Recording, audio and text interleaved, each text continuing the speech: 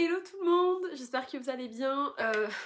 Ma meuf qui commence comme dans ses vidéos 2012, mais j'ai envie de faire un petit épisode FaceTime. De base, je n'aurais pas forcément filmé parce que j'ai un peu les cheveux sales. J'ai un bouton d'herpès sur la lèvre qui est hyper intense, c'est sa deuxième journée. Et je suis pas à mon top forme parce que je sors d'un rhume, enfin j'ai encore un peu un rhume, vous entendez que je parle un peu du nez, je suis congestionnée un peu ici là. Genre quand je me penche, ça me fait mal à la tête de me pencher. Mais bon, c'est pas grave, je vais pas crever, ça va bien se passer. En fait, je fais cette vidéo parce que j'ai envie de manifester sur quelque chose. Et donc, j'ai envie de vous en parler pour manifester ça dans ma vie. Alors, bienvenue sur ma chaîne YouTube, bienvenue sur cette série de vidéos qui s'appelle FaceTime. FaceTime, c'est une série de vidéos où je parle d'un sujet de mon choix pendant la durée de mon choix, sans aucun montage, sans aucune retouche, sans aucun cut, sans rien du tout. Et aujourd'hui j'ai envie de vous parler d'un truc que j'ai envie de faire depuis longtemps et j'ai beaucoup entendu les gens dire manifeste-le, parle-le en voix haute, envoie, mon dieu mon ongle est tellement cassé, c'est dégueulasse. Envoie ça dans l'univers et si tu l'envoies dans l'univers, c'est que ça arrivera à un moment donné. Et du coup j'ai envie de le faire sur un sujet et en plus j'en ai un peu parlé souvent dans mes vidéos, j'ai souvent fait un petit hint et ça serait le voyage. Ça fait quelques mois maintenant que...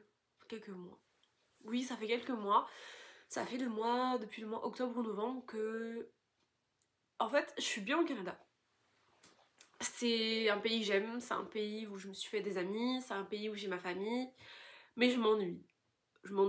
Je trouve ça un peu redondant, je trouve que, bah voilà, je suis une fille de routine, j'ai besoin d'avoir ma routine, j'ai besoin d'avoir mes choses, mais en même temps j'ai envie de découvrir tellement plus, j'ai envie de voir tellement plus.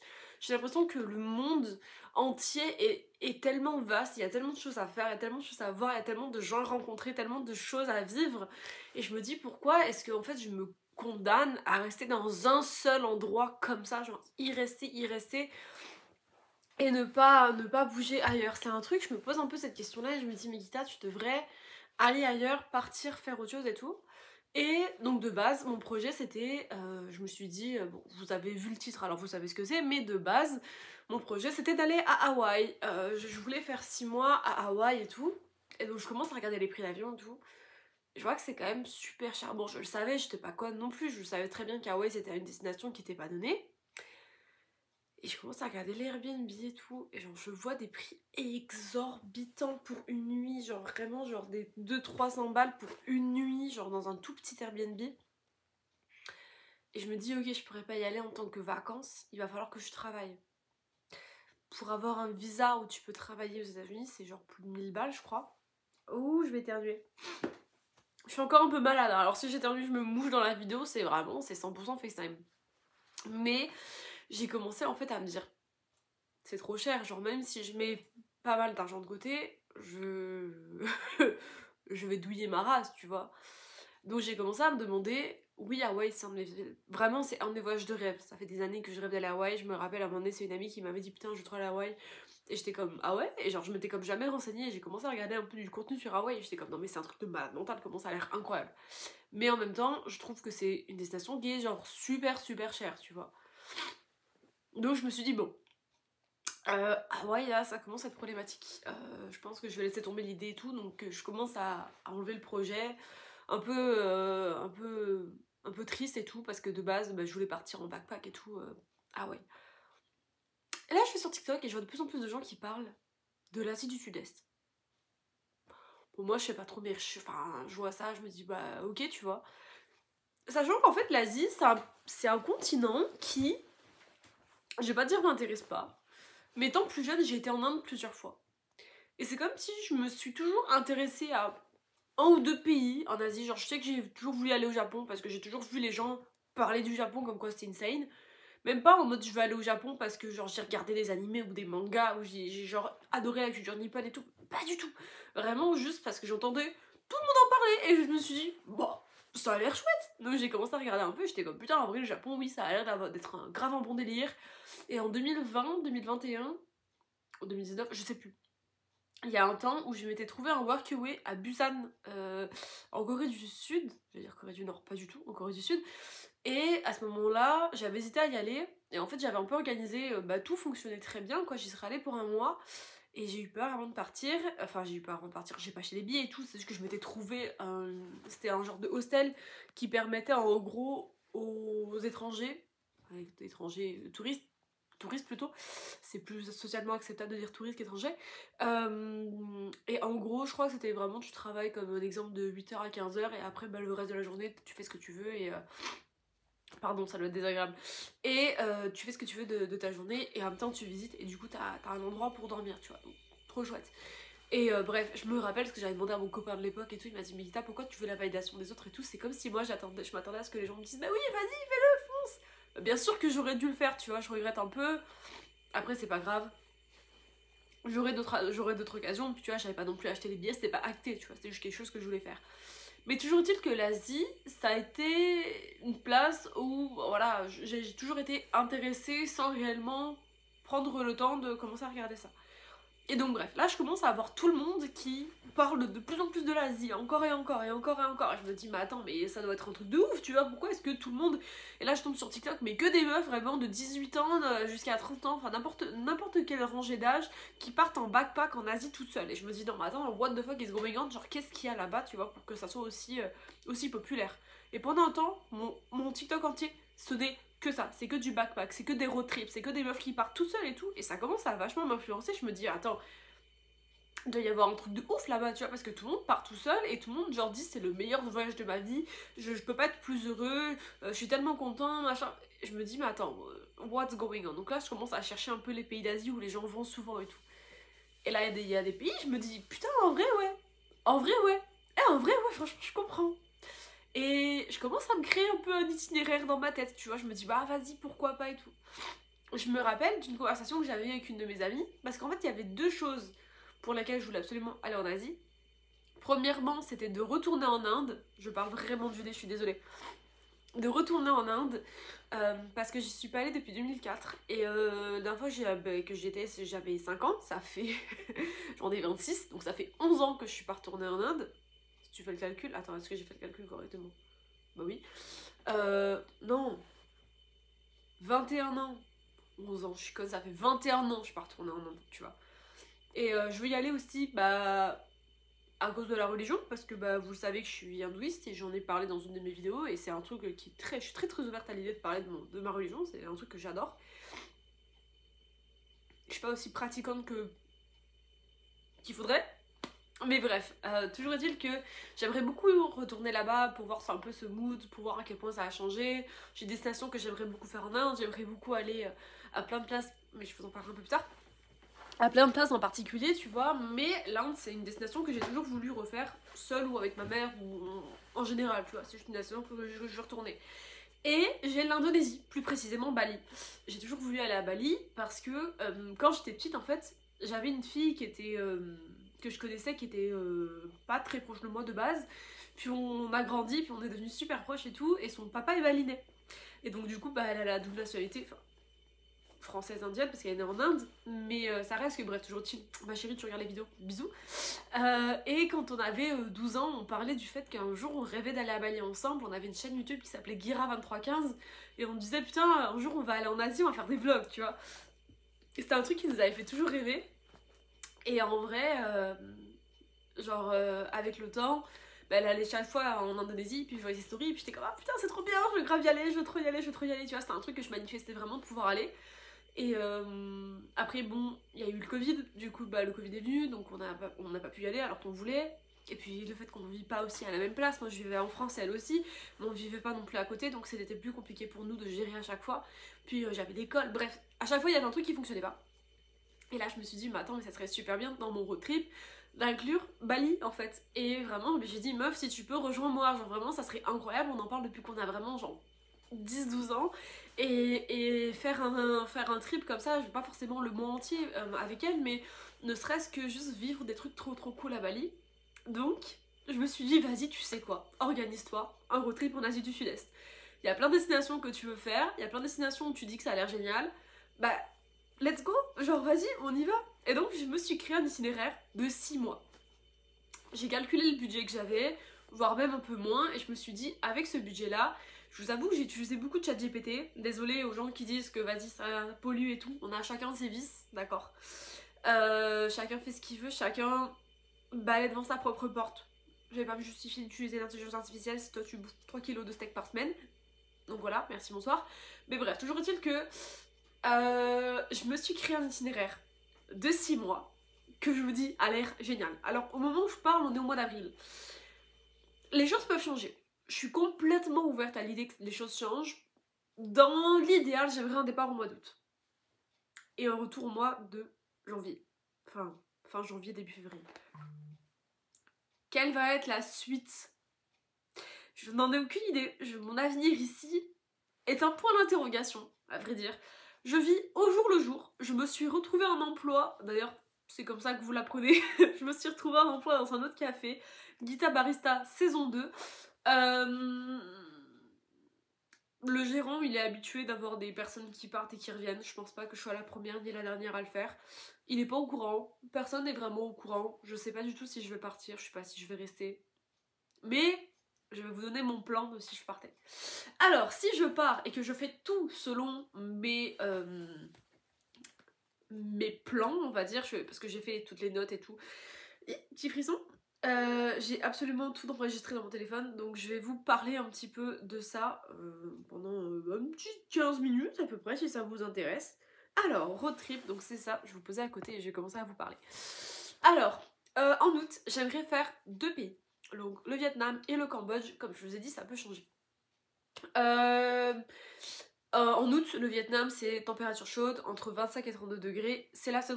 Par contre, c'est la saison des pluies. Donc il y a des averses fréquentes, surtout qui sont dans le sud. L'humidité, elle est élevée.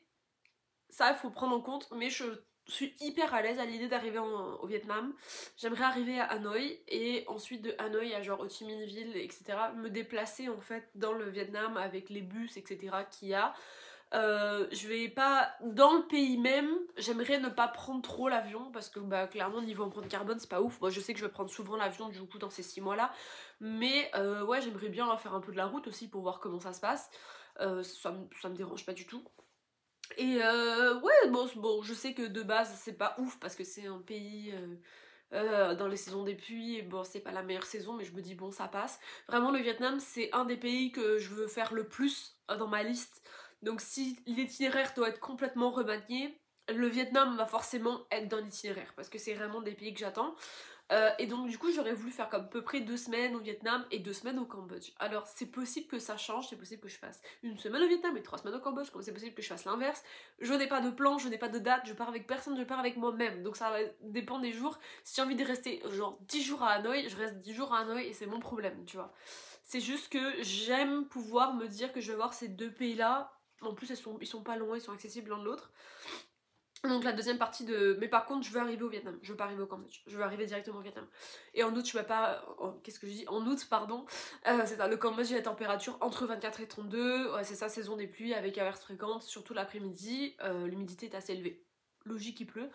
C'est drôle parce que de base quand j'ai recommencé à parler à Roméo, oui il revient des fois de temps en temps dans la logique, il voulait habiter au Cambodge.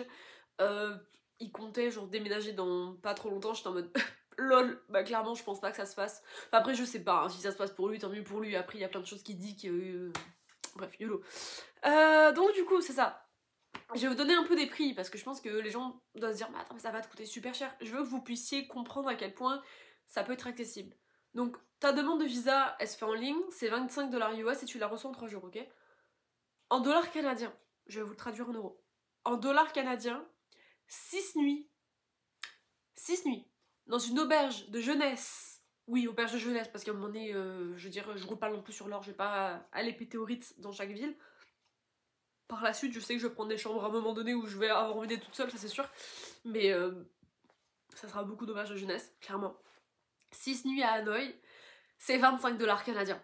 C'est 20 euros. 20 euros pour 6 nuits, genre les 6 nuits, 20 balles. Hoi An, 35 canadiens, donc ouais, à peu près 30 euros. Ho Chi Minh Ville, 33 canadiens, 28 euros. En fait, c'est les prix qui sont incroyables. Mais le Vietnam, c'est particulièrement pas cher. Vraiment, c'est un des pays les moins chers de ma liste. Le Cambodge, pareil, visa en ligne sous 3 jours ou à la douane. Du coup, tu donnes ton passeport, mais là, du coup, comme je le ferai en bus, normalement, bah, c'est directement à la douane. 30 $ US pour le Vietnam. Pour le Cambodge, pardon. Et tu vois, un exemple, si tu restes à Siem Reap, c'est 30$ canadiens pour 6 nuits, mais si tu restes à Phnom Penh, c'est 70$ canadiens pour 6 nuits, donc on va dire 50€, 58€ approximativement. Bref, c'est vraiment des pays qui sont pas si chers, il y a plein de choses à voir, j'ai trop hâte. Ça, ce serait le mois d'août.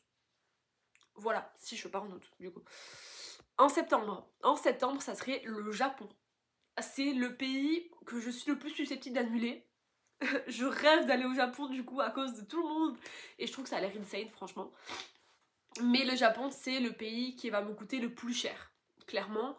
Bien sûr, je vais pas vous mentir, entre du coup le Cambodge et le Japon, je vais prendre l'avion. Voilà, mais il y a toujours des compagnies low cost parce que ça reste en Asie.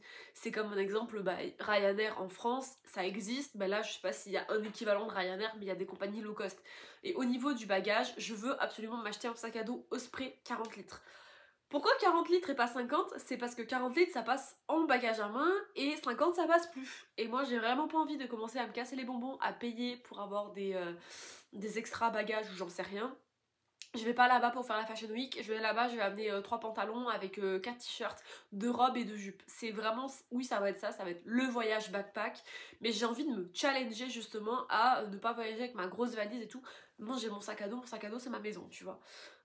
J'ai envie de faire ce test là et je me dis si vraiment il y a des choses que je veux ramener de chaque pays, je ferai un petit colis que j'enverrai par la poste à ma mère ou à une amie que j'ai ici avec plein de petits goodies oui au final je voulais me ramener ça mais j'avais plus de place, du coup je te l'envoie par la poste, tu vois. Et en plus la poste là-bas elle est pas si chère, puis si c'est trop cher j'enverrai rien quoi, tout simplement je m'achèterai des cartes postales.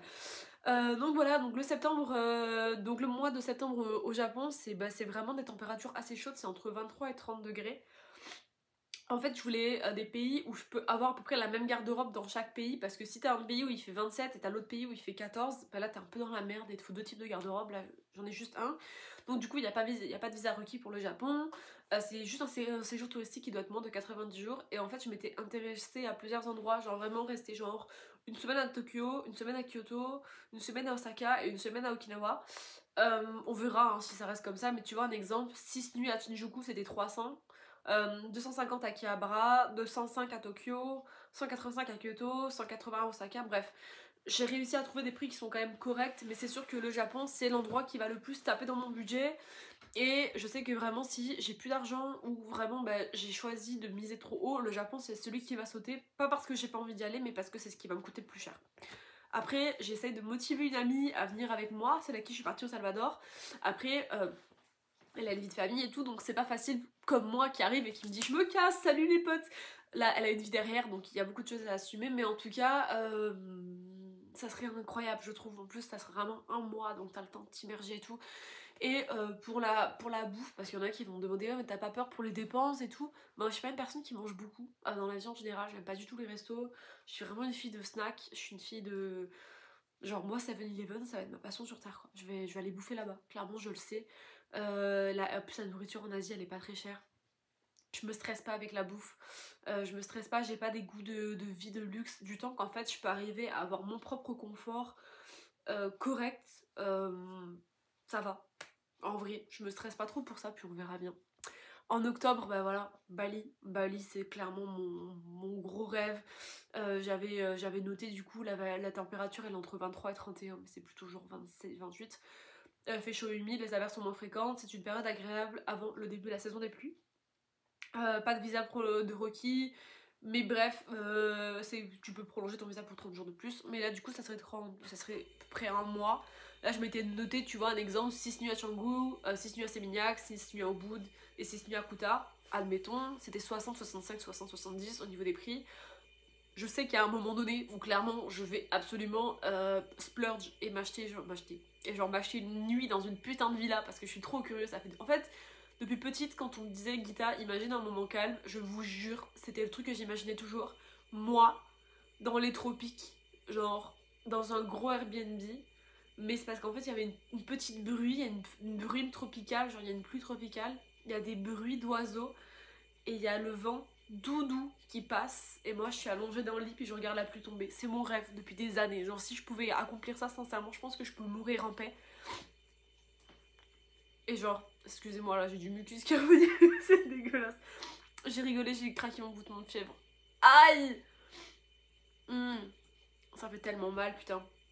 Ah, je vous le souhaite pas. Bref, en novembre, la Thaïlande. Wouhou! La Thaïlande, ma mère a été 4 mois en Thaïlande quand elle était plus jeune. Elle m'a toujours dit que c'était un des pays coup de cœur qu'elle a eu dans sa vie. Elle rêverait d'y retourner.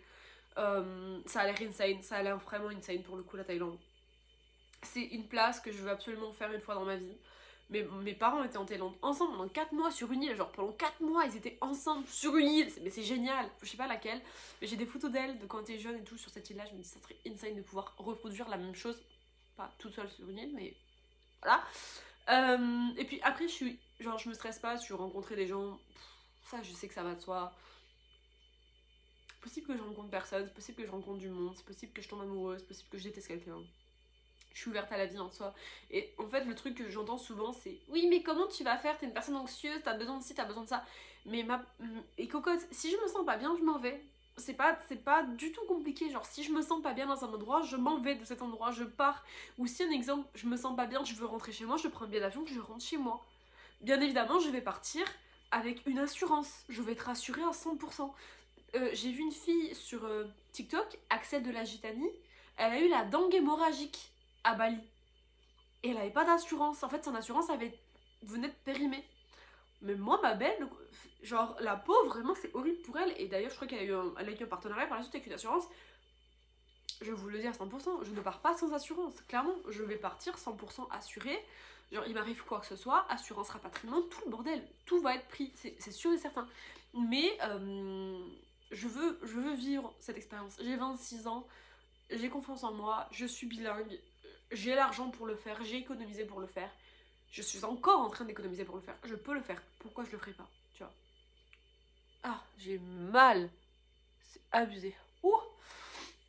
Donc la Thaïlande, visa non, c'est ça, visa non nécessaire, 6 mois de 30 jours. Et si je kiffe et que je veux rester 2 mois en Thaïlande, bah je le fais, tu vois. Tu vois, 6 nuits, Bangkok c'était 40, Koh Samui c'était 75, Koh Tao 75, Koh Phi, je sais pas si c'est Koh Phi ou Koh Phi, je crois que c'est Koh Phi, clairement. C'est 200 et j'avais regardé genre Phuket c'est 100. Je vais juste aller dans plein de destinations différentes, je vois plein de gens qui tombent malades, machin, écoute, si ils tombent malades, c'est pas grave, c'est la vie, tu vas tranquille, écoute, ça fera des anecdotes de voyage, je vais souffrir ma race sur le coup, mais je vais pas regretter, j'ai trop envie de le faire. En décembre, de base, mon plan c'était d'aller au Népal. J'ai toujours voulu aller au Népal, c'est quelque chose qui me donnait envie, putain, faut que je m'en aille bientôt. Je suis en train de regarder l'heure, il me reste 6 minutes et je dois partir. Mais bref, au Népal, de base, je voulais y aller à cause de Tintin. Oui, c'est aléatoire et ma mère y était allée aussi dans les années 80. J'ai toujours trouvé que ça avait l'air super intéressant, mais finalement, la température là-bas, malheureusement, au Népal, c'est entre 5 et 18. Et c'est beaucoup trop froid, et en plus, c'est vraiment une ville de trek, c'est une ville d'énormément de marches, et je sais que moi, toute seule, je le ferai jamais. Donc j'ai décidé de pas aller au Népal, peut-être une fois toute seule. Je rêve d'aller en Mongolie, je rêve d'aller au Népal, je rêve d'aller au Tibet. Donc je me dis, un jour, ça fera peut-être ces 3 endroits à voir. Donc j'ai essayé de remplacer le Népal par le Laos. Enfin même pas par le Laos. Le Laos c'était sûr que je voulais le faire en décembre. Tu vois c'est entre 15 et 25. C'est très agréable. Vientiane, Luang Prabang. J'ai toujours vu que le Laos a l'air insane. Moi je me rappelle j'avais regardé Pékin Express sur la route. Je sais plus c'est quoi le nom. Mais bref, en Pékin Express, j'avais vu le Laos et ça avait l'air absolument insane. Et je sais pas, je trouve que ça a l'air trop chouette. Donc je vais absolument aller au Laos. Et je me cherchais peut-être éventuellement un deuxième pays à combiner comme le premier mois. Et donc ça j'hésitais avec le Népal, mais comme il fait trop froid, j'ai opté pour peut-être les Philippines. Entre 24 et 30 degrés, climat chaud et sec. La Malaisie m'intéresse pas plus que ça. Donc je serais plus Philippines, après c'est possible que je reste un mois entier au Laos et que j'aille pas aux Philippines, comme c'est possible que j'aille aux Philippines et pas au Laos. Ouais, ça a moins de chance. Je veux vraiment aller au Laos. Et éventuellement si je peux les Philippines, et si je peux pas, je peux pas, c'est pas grave. Donc voilà, tu vois, le Laos c'est un exemple. Il y a donc un visa c'est entre 30 et 42 $ US. Tu vois, 6 nuits à Luang Prabang c'est 65, Vang Vienne c'est 50 et Vientiane c'est 55. Ça c'est pour 6 nuits à chaque fois. Pour les Philippines, 6 jours à Manille pour 50, à Palawan 55, Bohol pour 55 et Jebu pour 60. Voilà pour ça. Et pour terminer, on termine sur le mois de janvier qui sera l'Inde. Si je pars dans les dates que je vous ai dit, ça va être une des températures plus fraîches dans le nord, entre 7 et 22 et plus chaude dans le sud. C'est une période super pour voyager. Et il y a plein d'endroits que je veux aller en Inde, je veux aller voir beaucoup de temples aussi qui sont dans l'hindouisme, je veux en fait reconnecter avec les dévots de l'Inde, je veux me mettre dans un mood vraiment, tu sais, pas forcément de prière tout le temps, mais vraiment d'être dans un mood où je suis là pour l'Inde est aussi pour la religion et pour écouter des musiques que j'écoutais quand j'étais petite, pour écouter du Bollywood, pour aller voir. Je sais que c'est hardcore, je sais que c'est une ville hardcore, je sais que c'est un pays hardcore, je sais que beaucoup de femmes disent que c'est difficile et tout. Je veux le faire.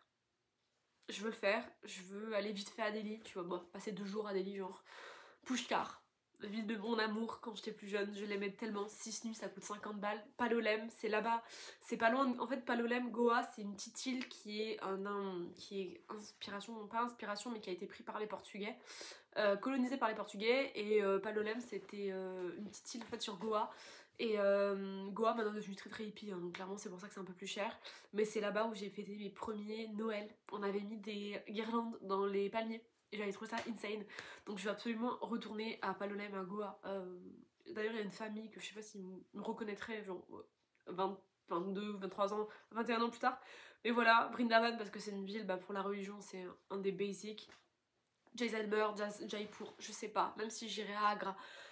Bref, il y a tellement de place et c'est tellement genre, je manifeste tellement ce voyage, je rêve que ça se fasse, je rêve de faire tous les pays que je vous ai cités, je rêve de pouvoir le faire et je me dis je veux l'envoyer dans l'univers, je veux pouvoir avoir la chance de le faire. J'ai l'opportunité, j'ai la santé physique, la santé mentale, ça ira mieux. Je veux dire, c'est quand je me challenge et quand je me surpasse, quand je sors en fait de ma petite zone de confort, je me sens tellement mieux et j'en ai besoin, j'en ai vraiment besoin. Donc voilà, je vous lance dans l'univers. Si vous avez déjà fait un road trip en Asie du Sud-Est toute seule ou avec quelqu'un, vous avez des recommandations, des conseils, j'en sais rien, ça sera avec grand plaisir. Moi, faut que je m'en aille. Je vais aller au Costco avec ma tante. Je vais me chercher une petite poutine, une pizza. Poutine, je pense. Mais voilà, je rêve de ça. Je suis trop contente de pouvoir peut-être faire ça. J'en ai parlé avec ma famille, j'en ai parlé avec ma mère, j'en ai même parlé avec mon père, genre l'homme à qui je parle jamais. Et il était comme, je suis sûre que t'en es capable. Et c'est ça, c'est oui, j'en suis capable. Oui, je sais que je peux le faire. Oui, je sais que c'est à ma portée. Et quand t'as le temps, l'argent et la jeunesse et la santé, pourquoi ne pas le faire maintenant? Donc voilà, j'espère que ça vous a plu, c'était un peu différent, c'était beaucoup plus rapide, beaucoup plus... J'ai des choses à dire, mais il faut que je m'en aille. Donc, merci de m'avoir écouté, j'ai hâte d'avoir vos retours s'il y en a, et j'espère que mes dernières vidéos vous ont plu. Bisous!